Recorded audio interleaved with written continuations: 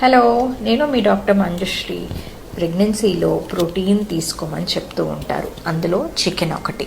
So ప్రెగ్నెన్సీలో chicken ఎంతవరకు తీసుకోవచ్చు, ఎలా తీసుకోవచ్చు అన్న దాని గురించి చెప్తాను.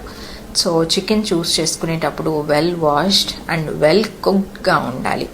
అండర్ కుక్డ్ లేదా రా చికెన్ లేదా స్టోర్డ్ చికెన్ని ఖచ్చితంగా అవాయిడ్ చేసుకోండి.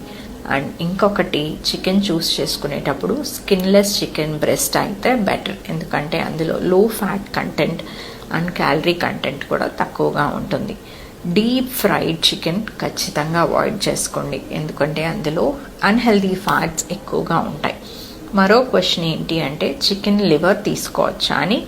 ఎస్, ఖచ్చితంగా తీసుకోవచ్చు. ఇందులో ఐరన్ కంటెంట్ ఎక్కువగా ఉంటుంది.